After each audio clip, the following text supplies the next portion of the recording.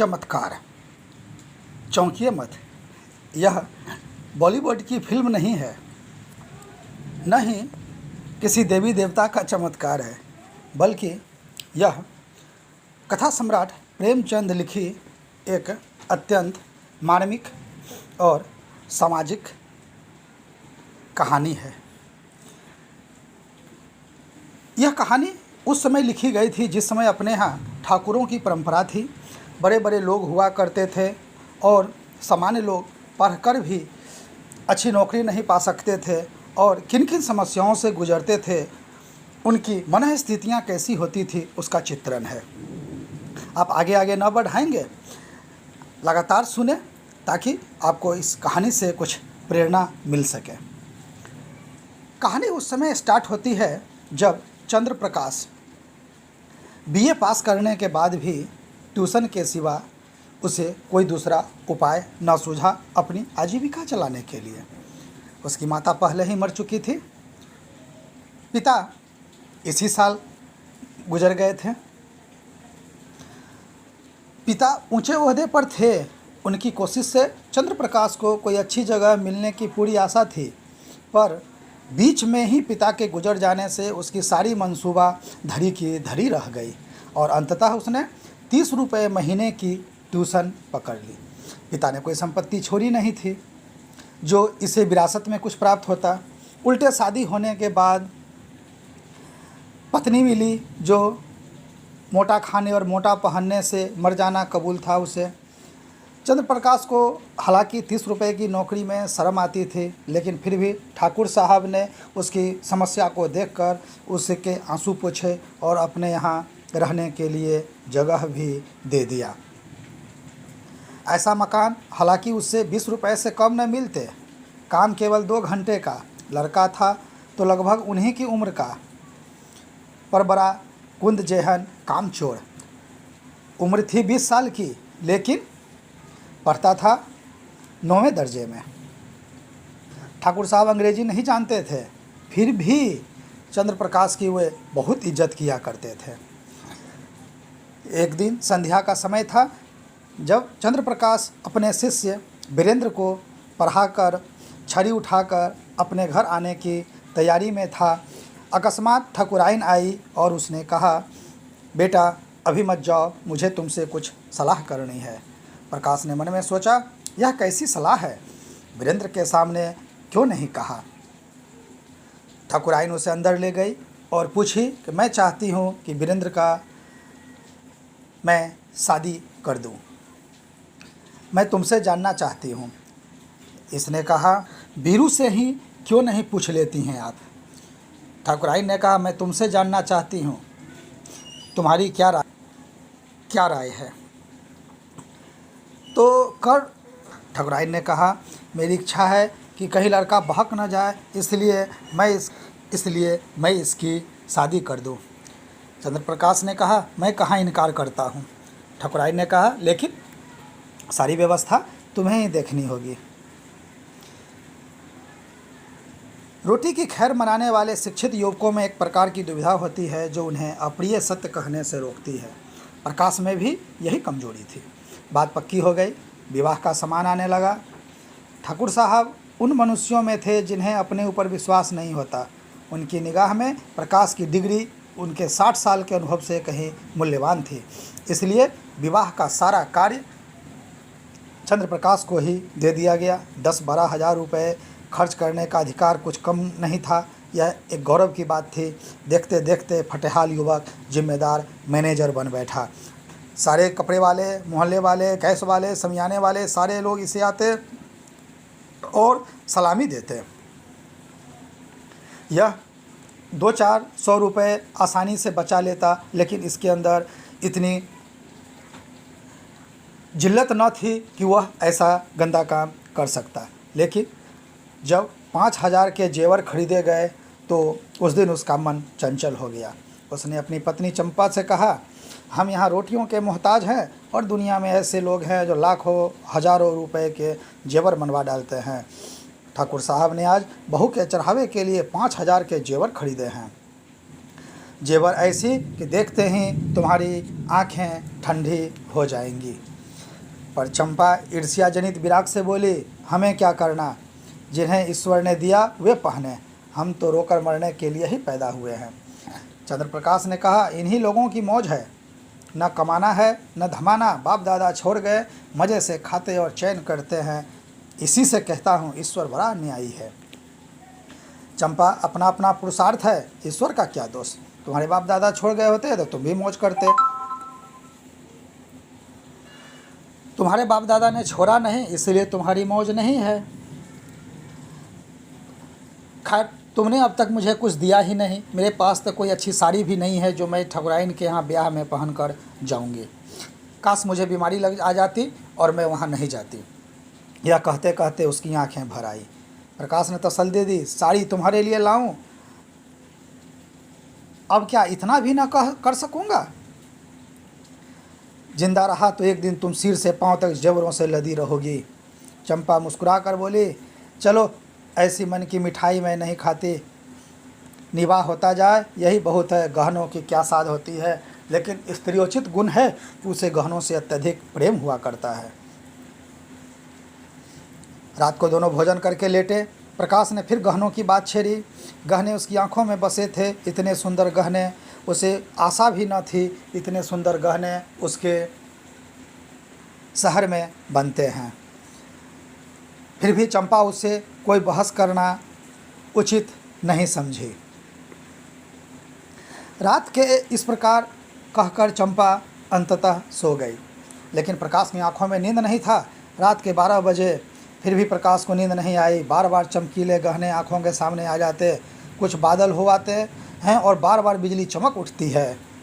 सहसा प्रकाश चारपाई से उठ खड़ा हुआ। उसे चंपा का आभूषणहीन अंग देखकर दया आई।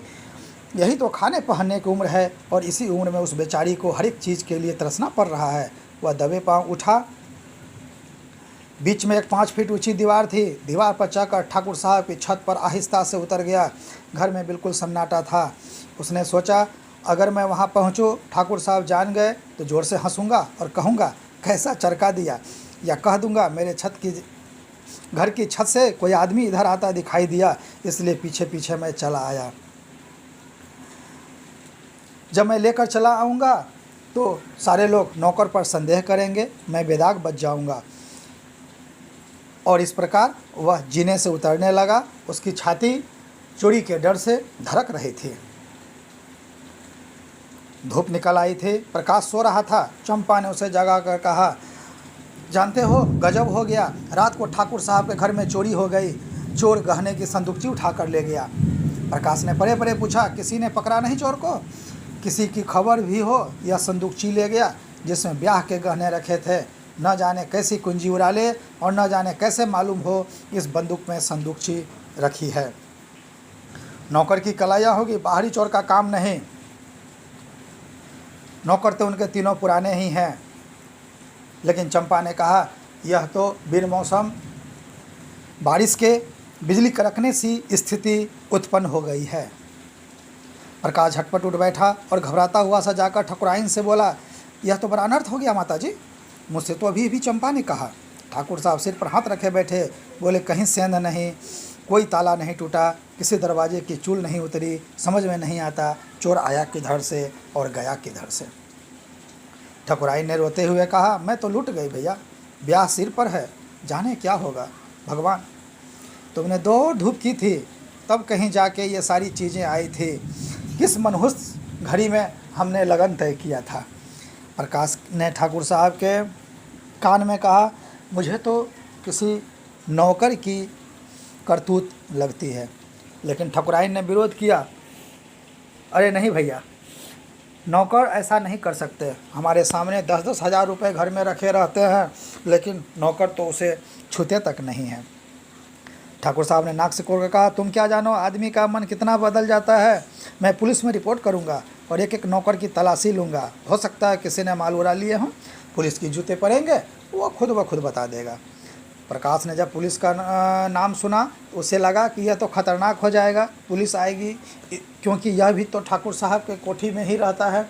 इसके घर की भी जांच होगी और पकड़ लिया जाएगा तो बहुत बड़ी समस्या उत्पन्न हो जाएगी।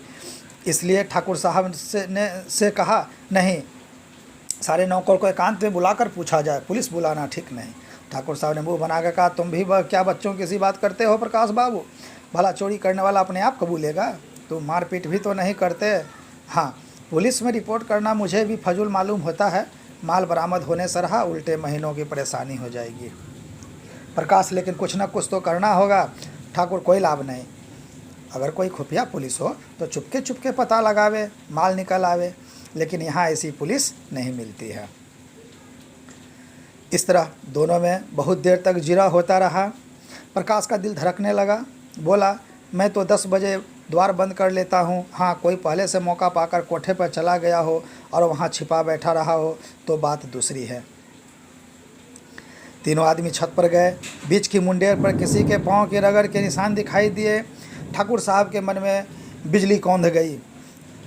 जहाँ प्रकाश का पाँव था वहाँ चूना झरा हुआ था। प्रकाश की छत पर जाकर मुंडेर की दूसरी तरफ देखा, वहाँ भी वैसे ही निशान थे। ठाकुर साहब सिर झुकाए खड़े थे, संकोच के मारे कुछ न कह सकते थे। लेकिन प्रकाश ने उसके मन की बात खोल दी। इससे तो स्पष्ट होता है कि चोर मेरे ही घर में आया, अब तो कोई संदेह नहीं रहा। ठाकुर साहब ने कहा, हाँ मैं भी यही समझता हूँ, लेकिन इतना पता लग जाता, जाने से क्या होगा? माल तो जाना था सो गया, अब चलो आराम से बैठो, आज रुपए की कोई फिक्र करनी होगी। प्रकाश ने कहा, मैं आज ही वह घर छोड़ दूंगा। ठाकुर, क्यों? इसमें तुम्हारा क्या दोष है? प्रकाश, आप कहें, लेकिन मैं समझता हूँ मेरे सिर बड़ा भारी अपराध लग गया। मेरा दरवाज़ा 9-10 बजे तक खुला ही रहता है। चोर ने रास्ता देख लिया, संभव है 2-4 दिन में फिर आ घुसे। घर में अकेली एक औरत सारे घर की निगरानी नहीं कर सकती। इधर वह तो रसोई में बैठी है, उधर कोई आदमी चुपके से ऊपर चढ़ जाए तो जरा भी आहट नहीं मिल सकती। ठाकुराई, नहीं, तुम चले जाओगे भैया, तब तो घर और फाड़ खाएगा। प्रकाश, कुछ भी हो माताजी, मुझे बहुत जल्द घर छोड़ना ही पड़ेगा। मेरी गफलत से चोरी हुई, इसका मुझे प्रायश्चित करना ही होगा। प्रकाश चला गया तो ठाकुर ने स्त्री से कहा, बहुत लायक आदमी है। ठाकुराइन, क्या बात है? चोर उधर से आया, यही बात उसे लग गई। कहीं यह चोर को पकड़ पावे तो कच्चा खा जाए, मार ही डाले। देख लेना, कभी न कभी माल बरामद करेगा। अब इस घर में कदापि न रहेगा, कितना ही समझाओ। किराए के 20 रुपये और दे दूंगा। हम किराया क्यों दें? वह घर तो खुद छोड़ के जाना चाहता है। लेकिन आई गई बात हो गई। चंद्र प्रकाश अपने डर से ठाकुर साहब का घर उसने छोड़ दिया और वह दूसरे जगह रहने लगा। शादी धूमधाम से होने लगी। एक सेठ जी के यहाँ उसने कहा, उसने शादी समाप्त हो गई। एक दिन चंपा से कहा, एक सेठ जी के यहाँ 50 रुपये महीने का काम और मिल गया है, मगर वह रुपए मैं उन्हीं के पास जमा करता रहूँगा। वह आमदनी केवल जेबरों में खर्च होगी, उसमें से 1 पाई भी घर के खर्च में न आने दूंगा। चंपा फरक उठे। पति प्रेम का यह परिचय पाकर उसके अपने भाग्य को सराहा। देवताओं में उसकी श्रद्धा और भी बढ़ गई। और प्रकाश और चंपा के बीच में कोई पर्दा न था। प्रकाश के पास जो कुछ था चंपा का था। चंपा के ही पास उसके बक्से, बंद संदूक, अलमारी की कुंजियाँ सारी कुछ रहा करती थी। लेकिन जब प्रकाश वह संदूकची उठाकर लाया तो इसके मन में हमेशा संदेह बना रहता था और वह उस संदूकची को छुपाकर रखने की कोशिश किया करता था। प्रतिदिन एक बार खोलकर अवश्य देखता था, कहीं उसमें किसी प्रकार की गड़बड़ी तो न हो गई है। एक दिन पड़ोस में चोरी हो गई। उस दिन से प्रकाश अपने कमरे में ही सोने लगा। आषाढ़ के दिन थे, उमस के मारे दम घुटता था। ऊपर एक साफ सुथरा बरामदा था जो बरसात में सोने के लिए ही शायद बनाया था। अम्मा ने कई बार ऊपर सोने के लिए कहा, पर प्रकाश ने न माना। अकेला घर कैसे छोड़ दे? चंपा ने कहा, चोरी ऐसे के यहाँ नहीं होती, चोर घर में कुछ देख। एक दिन चंपा ने कमरे में झाड़ू लगाई तो संदूक को खिसकाकर दूसरी तरफ रख दिया। प्रकाश ने संदूक का स्थान बदला हुआ पाया तो सतर्क होकर बोला, संदूक तुमने हटाया? यह पूछने की कोई बात न थी। झाड़ू लगाते वक्त प्रायः चीज़ें इधर उधर खिसक ही जाती है, जो सामान्यतः हमारे आपके घरों में भी हुआ करती है। फिर भी उसके मन में कुछ न कुछ संदेह बना ही रहने लगा। एक दिन वह आया और संदूकची को खोलकर देख रहा था। उसी समय चंपा भी पकौड़ियाँ गरम गरम बना रही थी। उसे लगा कि पकौड़ियाँ प्रकाश को गरम गरम बहुत ही पसंद थी। उसने थोड़ी सी पकौड़ी एक तस्तरी में रखी और प्रकाश को देने लगी। प्रकाश ने उसको देखते ही संदूक धमाके से बंद कर दिया और ताला लगाकर उसे बहलाने के इरादे से बोला, तस्तरी में क्या लाई? अच्छा पकौड़ियाँ हैं। आज इतने दिनों के बाद चंपा को संदेह हो गया, संदूक में क्या है। यह देखने की उत्सुकता हुई। प्रकाश उसकी कुंजी कहीं छिपा कर रखता था। चंपा किसी तरह वह कुंजी उड़ा लेने की चाल सोचने लगी। एक दिन एक बिसाती कुंजी का गुच्छा बेचने आया। चंपा ने ताले की कुंजी ले ली और संदूक खोल डाली। देखते ही जैसे ही उसने देखा कि यह तो आभूषणों से भरा पड़ा है, सहसा उसके मन में भाव उठा, कहीं ये ठाकुर साहब के गहने तो नहीं, चीज़ें वही जिनका वह बखान करते रहते थे। उससे अब कोई संदेह न रहा, लेकिन इतना घोर पतन, लज्जा और खेद से उसका सिर झुक गया। उसने तुरंत संदूक बंद कर दिया और चारपाई पर लेटकर सोचने लगी, इनकी इतनी हिम्मत कैसे पड़ी, यह दुर्भावना मन में कैसे आई। मैंने कभी आभूषण के लिए इन्हें नहीं कहा, फिर भी इन्होंने चोरी की। आभूषणों के लिए चोरी, इनका मन इतना दुर्बल क्यों हो गया। ये उसके मन में आया, इन गहनों को उठा ले और ठकुराइन के चरणों पर डाल दे। उनसे कहे, यह मत पूछिए ये गहने मेरे पास कैसे आए, आपकी चीज़ आपके पास आ गई, इसी से संतोष कर लीजिए। लेकिन परिणाम अत्यंत भयंकर होगा, यह सोचकर उसने ऐसा नहीं किया। उस दिन के बाद चंपा उदास रहने लगी। बात बात पर दोनों में खटपट होने लगी।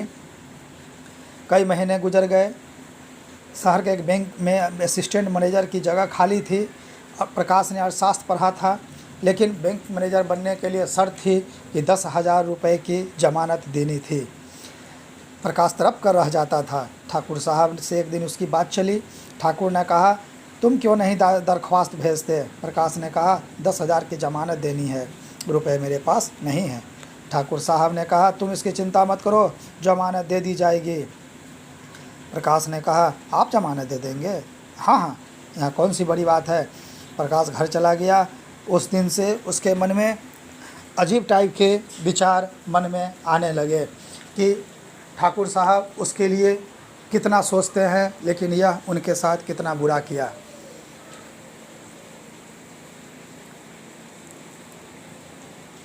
घर आकर उसने यह बात अपनी पत्नी को भी बताई। चंपा ने विरक्त मन से कहा, आदमी की नीयत भी तो हमेशा एक सी नहीं रहती। प्रकाश ठक से रह गया। उसने चंपा को चुभती हुई आंखों से देखा, पर चंपा ने मुंह फेर लिया था और इस प्रकार उन दोनों के बीच अनबन बनी ही रहती थी। भोजन करते समय प्रकाश ने चंपा से पूछा, तुमने क्या सोचकर कहा था कि आदमी की नीयत तो हमेशा एक सी नहीं रहती, जैसे वह उनके जीवन का मृत्यु का प्रश्न हो। चंपा ने संकट में पड़कर कहा, कुछ नहीं, मैंने दुनिया की बात कही थी। प्रकाश को संतोष न हुआ। क्या जितने आदमी बैंकों में नौकर है उनकी नीयत बदलती रहती है, वह बोला। चंपा ने गला छुड़ा कर कहा, चाहा तुम जबान पकड़ते हो। ठाकुर साहब के यहाँ इस शादी में ही तुम अपनी नीयत ठीक नहीं रख सके। 100-200 रुपए की चीज़ें घर रख ली थी। प्रकाश के दिल से बोझ उतर गया। मुस्कुरा कर बोला, तुम्हारा संकेत उस तरफ था, लेकिन मैंने कमीशन के सिवा उनकी एक पाई भी नहीं छुई। और कमीशन लेना कोई पाप नहीं है, बड़े बड़े लोग भी अपने कार्य का कमीशन लिया करते हैं। चंपा ने तिरस्कार भाव से कहा, लेकिन जो आदमी आप पर इतना विश्वास रखता है, आप उससे कमीशन नहीं ले सकते हैं। क्या नहीं किया उन्होंने आपके लिए। मकान तुमने खुद छोड़ा, लेकिन वह 20 रुपये महीने देते जाते हैं। इलाके में उनकी कोई सौगात आती है तो तुम्हारे यहाँ ज़रूर भेजते हैं। तुम्हारे पास घड़ी न थी, अपनी घड़ी तुम्हें दे दी। तुम्हारी महरी जब नागा करती है, खबर पाते ही अपना नौकर भेज देते हैं। जब तुम बीमार पड़े थे, डॉक्टर साहब की फीस भी उन्होंने ही दी थी। और अब 10,000 की जमानत देने के लिए भी वो तैयार हैं। ऐसे लोगों के लिए तो प्राण देने को हमें तैयार रहना चाहिए। प्रकाश भोजन करके उलेटा। उसकी आत्मा आज उसे धिक्कार रही थी। दुखते हुए फोड़े में कितना मवाद भरा था, यह उस वक्त मालूम होता है जब नस्तर लगाया जाता है। मन का विकार उस वक्त मालूम होता है जब कोई उसे हमारे सामने खोल कर रख देता है। और आज वह संदूक कई गुना भारी होकर शिला की भांति उसे दबाने लगा। मन में फैला हुआ विकार एक बिंदु पर एकत्र होकर टिसने लगा। कई दिन बीत गए। प्रकाश को बैंक में जगह मिल गई। इसी उत्सव में उसके यहाँ मेहमानों की दावत थी। ठाकुर साहब, उनकी स्त्री बीरू और उसकी नवेली बहू सभी आए। चंपा ने सेवा सत्कार किया। जब ठाकुर साहब भोजन करके जाने लगे तो प्रकाश ने कहा, आज आपको यहीं रहना होगा दादा, मैं इस वक्त न जाने दूंगा। चंपा को उनका आग्रह बुरा लगा, क्योंकि चारपाइयाँ न थे, रहने के जगह न थे, सोने के जगह न थे। फिर भी चंद्र प्रकाश उनसे आग्रह कर रहा था, जिससे उसे अत्यंत तकलीफ़ हो रही थी कि वह दिखावा क्यों कर रहे हैं, लेकिन ठाकुर साहब चंद्र प्रकाश के आग्रह को टाल ना सके और वह वहाँ रहने के लिए राजी हो गए। 12 बजे थे। ठाकुर साहब ऊपर सो रहे थे। बीरू प्रकाश बाहर बरामदे में, 3 स्त्रियां अंदर कमरे में। प्रकाश जाग रहा था। उसने बीरू के सिरहाने से कुंजी का गुच्छा पड़ा हुआ पाया, वह उठा लिया।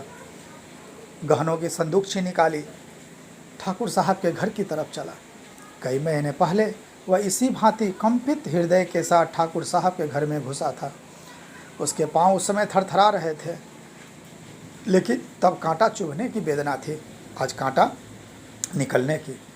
तब ज्वर का चढ़ाव था, उन्माद ताप और विकलता से भरा हुआ। अब ज्वर का उतार था, शांत और शीतल। तब कदम पीछे हटता था, आज आगे बढ़ रहा था।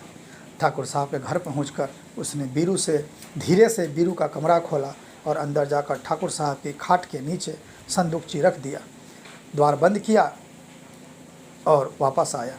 आज उसके मन में वैसा ही गर्व था जैसा हनुमान संजीवनी बूटी वाला धवलागिरी उठाए आनंद का अनुभव कर रहे थे। गहनों को अपने घर ले जाते समय उसके प्राण सूखे हुए थे, मानो किसी गहरी अथाह खाई में गिरा जा रहा हो। आज संदूकची को लौटाकर उसे मालूम हो रहा था जैसे वह किसी विमान पर बैठा हुआ आकाश की ओर उड़ा जा रहा है, ऊपर ऊपर ऊपर और ऊपर। घर वापस आया। बीरू सोया था, कुंजी उसके सिरहाने रख दी। ठाकुर साहब प्रातः कल चले गए। प्रकाश संध्या समय पढ़ाने जाया करता था। आज वह अधीर होकर तीसरे ही पहर जा पहुंचा। देखना चाहता था वहाँ आज क्या गुल खिल रहे हैं। जैसे ही वह ठाकुर साहब के यहाँ पहुँचा, वीरेंद्र ने उसे देखते ही खुश होकर कहा, बापूजी, कल आपके यहाँ की दावत बड़ी मुबारक थी। जो गहने चूड़ी गए थे सब मिल गए। ठाकुर साहब भी आ गए और बोले, बड़ी मुबारक दावत थी तुम्हारी, पूरा संदूक का संदूक मिल गया, एक चीज़ भी नहीं छुई, केवल रखने ही के लिए ले गया हो। प्रकाश को इन बातों पर कैसे विश्वास आए जब तक वह अपनी आँखों से संदूक देख न ले। कहीं ऐसा तो भी हो सकता है कि चोरी गया हुआ माल 6 महीने के बाद मिल जाए। और ज्यों का त्यों संदूक को देखकर उसने गंभीर भाव से कहा, बड़े आश्चर्य की बात है, मेरी बुद्धि तो कुछ काम नहीं करती। ठाकुर, किसी की बुद्धि कुछ काम नहीं करती भाई, तुम्हारी ही क्यों। बीरू की माँ कहती है कोई देवी घटना है, आज मुझे भी देवताओं में श्रद्धा हो गई। प्रकाश, अगर आंखों देखी बात न होती तो मुझे तो कभी विश्वास ही ना आता। ठाकुर, आज इसी खुशी में हमारे यहाँ दावत होगी। प्रकाश, आपने कोई अनुष्ठान तो नहीं कराया था। ठाकुर, अनुष्ठान तो 20 ही कराए। प्रकाश, बस तो यह अनुष्ठान की ही करामत है।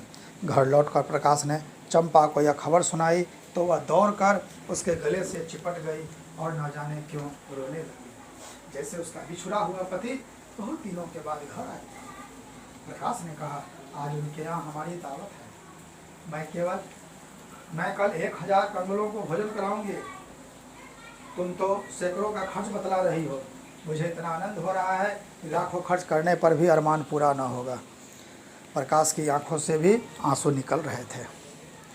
इस प्रकार हम लोग यह देखते हैं कि चमत्कार कहानी एक पढ़े लिखे नौजवान की कहानी है जो धन धान्य को देखकर कुछ पल के लिए भटक जाता है, लेकिन पत्नी के सहयोग और पत्नी के विश्वास के कारण उसे वह नहीं सूझता है। पत्नी ने भी इस मामले में उसे अत्यंत सहयोग किया और उसने भी खुलकर अपने पति से कभी इस बात के लिए झगड़ा न किया, लेकिन उस मनमुटाव को प्रकाश समझदार था, वह समझ गया और उसने ठाकुर साहब के विश्वास को भी बनाए रखा।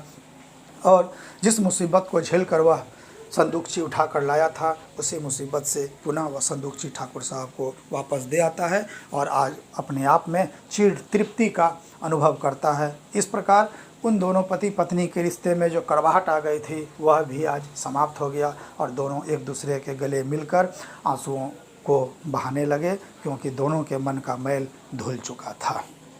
धन्यवाद।